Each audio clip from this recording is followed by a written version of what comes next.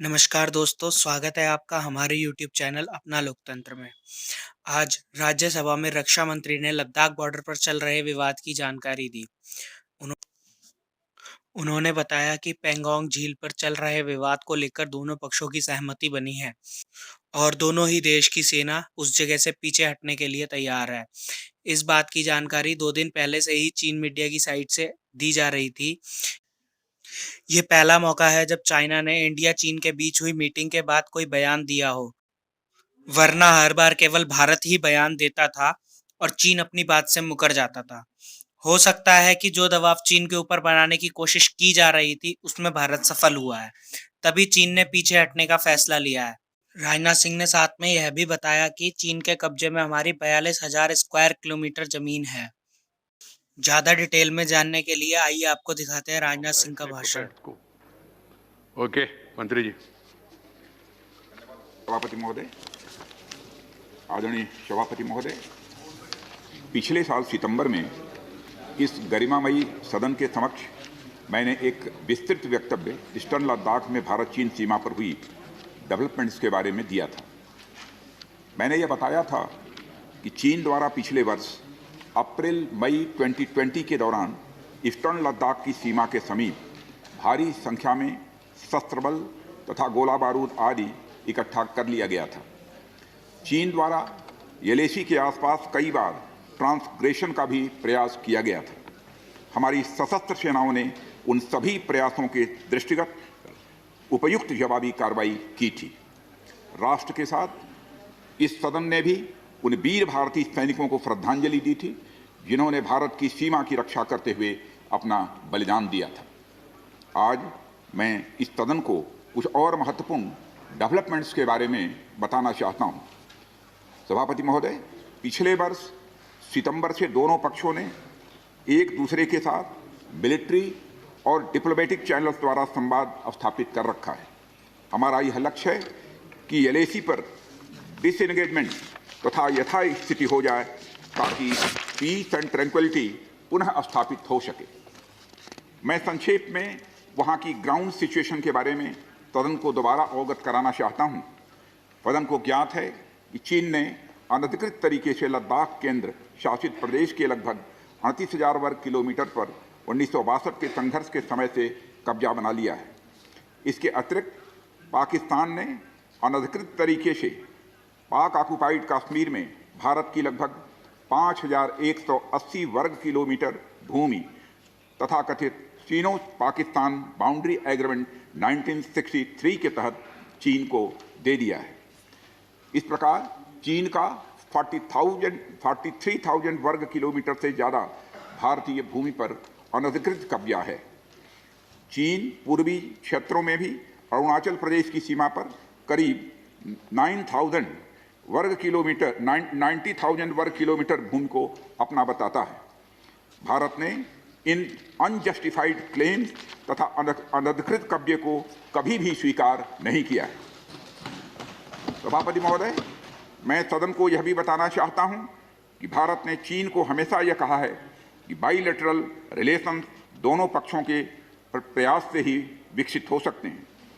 साथ साथ ही सीमा के प्रश्न को भी बातचीत के जरिए ही हल किया जा सकता है, परंतु एलएसी पर पीस एंड ट्रैंक्विलिटी में किसी प्रकार की प्रतिकूल स्थिति का हमारी बाइलेटरल टाइज पर बुरा असर पड़ता है।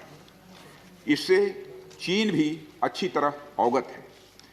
कई हाई लेवल ज्वाइंट स्टेटमेंट में भी यह जिक्र किया गया है कि एलएसी तथा सीमाओं पर पीस एंड ट्रैंक्विलिटी कायम रखना बाइलेटरल रिलेशन के लिए यह अत्यंत आवश्यक है।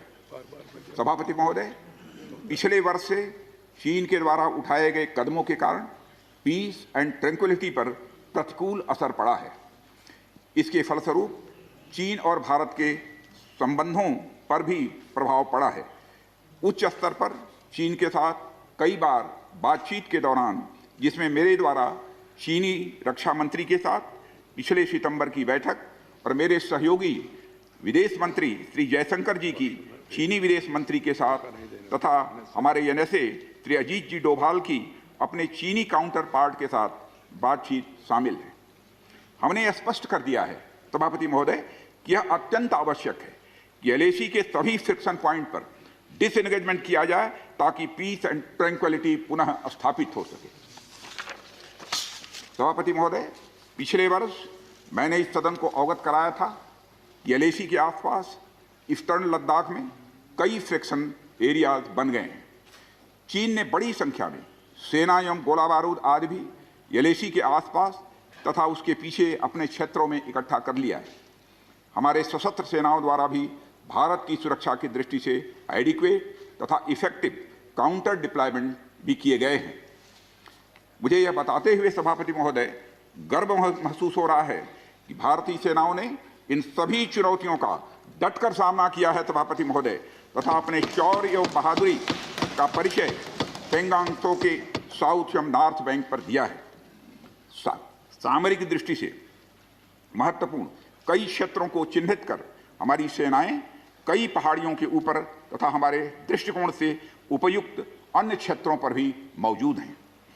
भारतीय सेनाएं अत्यंत बहादुरी से लद्दाख की ऊंची दुर्गम पहाड़ियों तथा कई मीटर बर्फ के बीच में भी सीमाओं की रक्षा करते हुए अडिग हैं और इसी कारण हमारा एज बना हुआ है। सभापति महोदय, हमारी सेनाओं ने इस बार भी यह साबित करके दिखाया है कि भारत की संप्रभुता एवं अखंडता की रक्षा करने में वे सदैव हर चुनौती से लड़ने के लिए तत्पर हैं और अनवरत कर रहे हैं।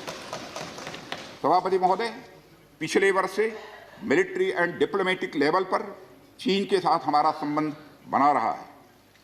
इस बातचीत में हमने चीन को यह बताया है कि 3 सिद्धांतों के आधार पर हम इस समस्या का समाधान चाहते हैं। फर्स्ट, दोनों पक्षों द्वारा LAC को माना जाए और उसका आदर किया जाए।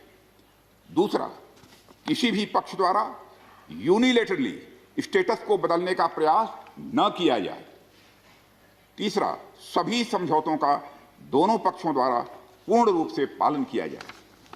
सभापति महोदय, फ्रिक्शन क्षेत्रों में डिसएंगेजमेंट के लिए भारत का यह मत है कि 2020 की फॉरवर्ड डिप्लॉयमेंट जो एक दूसरे के बहुत नज़दीक हैं वे दूर हो जाएं और दोनों सेनाएं वापस अपनी अपनी स्थायी एवं मान्य चौकियों पर वापस लौट जाएं। सभापति महोदय, बातचीत के लिए हमारी स्ट्रेटजी तथा अप्रोच माननीय प्रधानमंत्री जी के इस दिशा निर्देश पर आधारित है कि हम अपनी 1 इंच जमीन भी किसी और को नहीं लेने दें। हमारे दृढ़ संकल्प का ही यह फल है कि हम समझौते की स्थिति पर पहुंच गए हैं।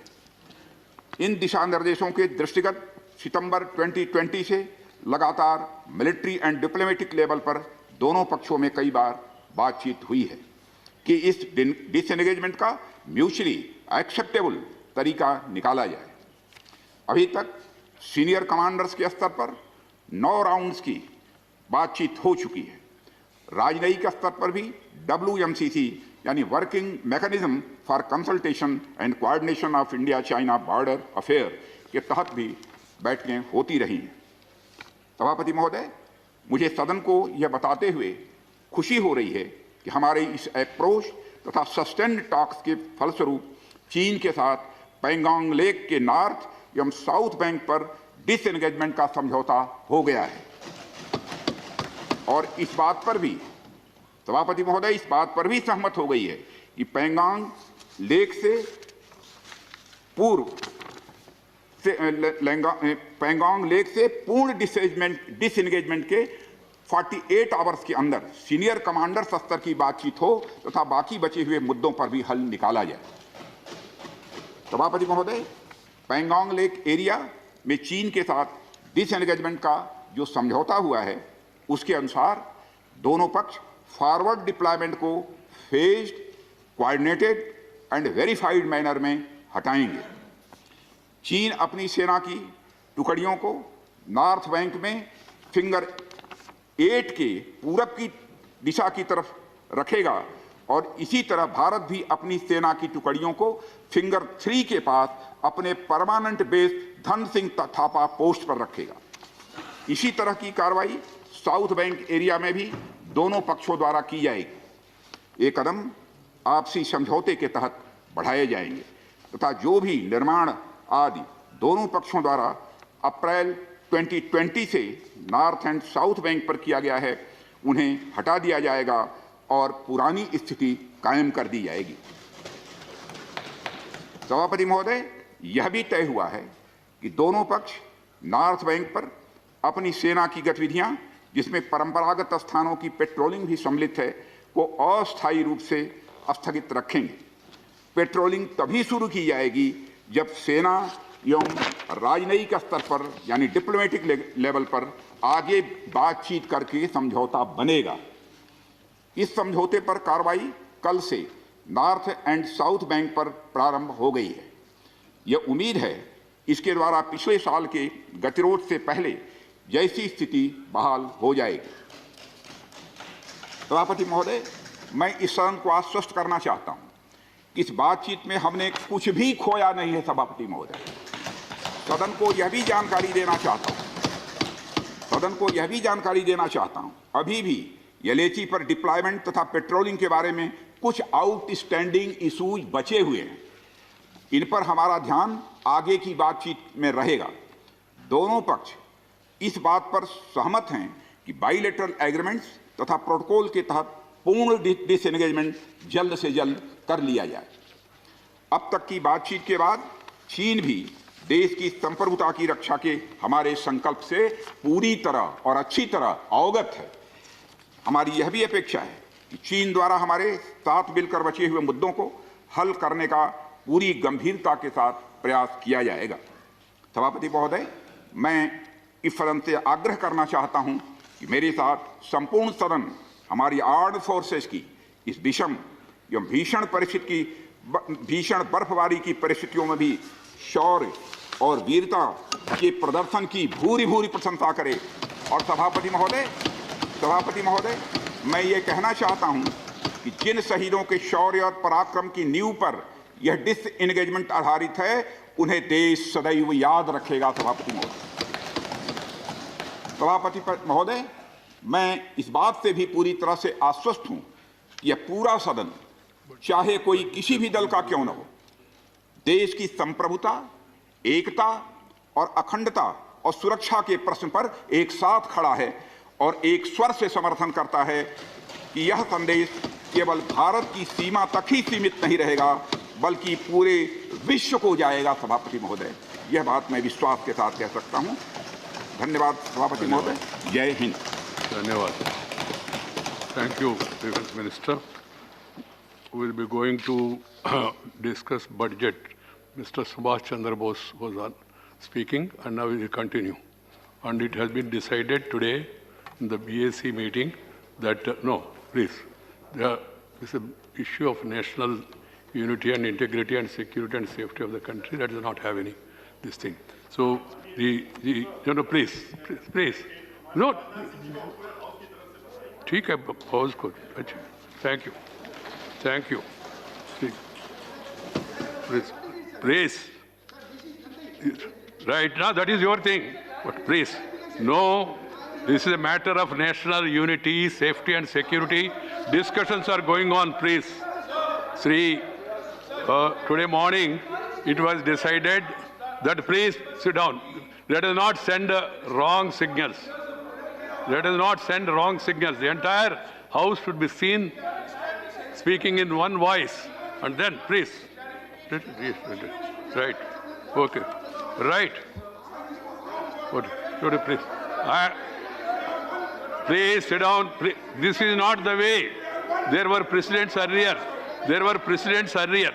In the matters of national unity and safety and security of the country, when the discussions are going on, the last 48 hours and now also by tomorrow, and then discussions with Chinese, and we want to create controversies.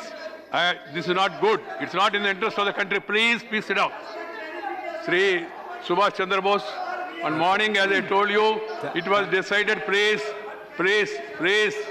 it was decided that we will be continuing the budget discussion, and then we will continue it today up to 3 o'clock also, and then it will continue tomorrow, and it will be concluded and replied tomorrow. Sri Subhash Chandra Bose.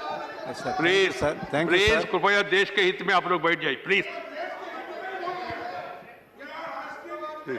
Thank you, sir. Nothing shall go on record other than what is permitted. Sir, Please. Right. Please. Yeah. Sir. Right. This sort of scenes will not be appreciated by the people. Please. I told you. This is here. Yeah. Yes. Right. That whatever needs to be shared with the country and the House, the minister, after discussion, has made a statement. Now the suggestion is again to have a in-camera meeting. We'll get it examined. Please sit down. Please. I will keep that in mind. This suggestion that has come now also, I will keep it in mind. The minister is in touch with me. He met me also in between. He explained to me the situation there, and then it was decided we will wait for some time. I have conveyed it to certain leaders also. Then today, the minister wanted to take the House into confidence. He has made a statement. Let us not create controversies and unnecessarily send wrong signal to the country. I shall keep this in mind about people who want to meet the minister in camera. I shall keep it in mind. Right, please. So, Subhash Chandra Bose. sir, thank you, sir. दोस्तों, राजनाथ सिंह का भाषण सुनकर ऐसा लग रहा है जैसे भारत ने चीन के खिलाफ अपनी पॉलिसी को चेंज किया है। जैसे पहले भारत हमेशा से ही कभी ये नहीं बोलता था कि चीन ने भारत की जमीन कब्जे में ली है, जिसका फायदा उठाकर चाइना और अग्रेसिव होता जा रहा था और भारत बैकफुट पर आ जाता था। चीन को ये लगता था कि भारत ये बात कभी इंटरनेशनल मीडिया में नहीं मानेगा, क्योंकि भारत अपनी इंटरनेशनल इमेज को गंवाना नहीं चाहता। लेकिन आज राजनाथ सिंह के राज्यसभा में दिए गए भाषण के बाद ये बात साफ हो गई है कि भारत अब किसी प्रकार की हेकड़ी नहीं झेलेगा, ईंट का जवाब पत्थर से देगा। राजनाथ सिंह ने बताया कि भारत और चीन दोनों देशों की सेना के पीछे हटने की कार्यवाही कल से शुरू हो चुकी है।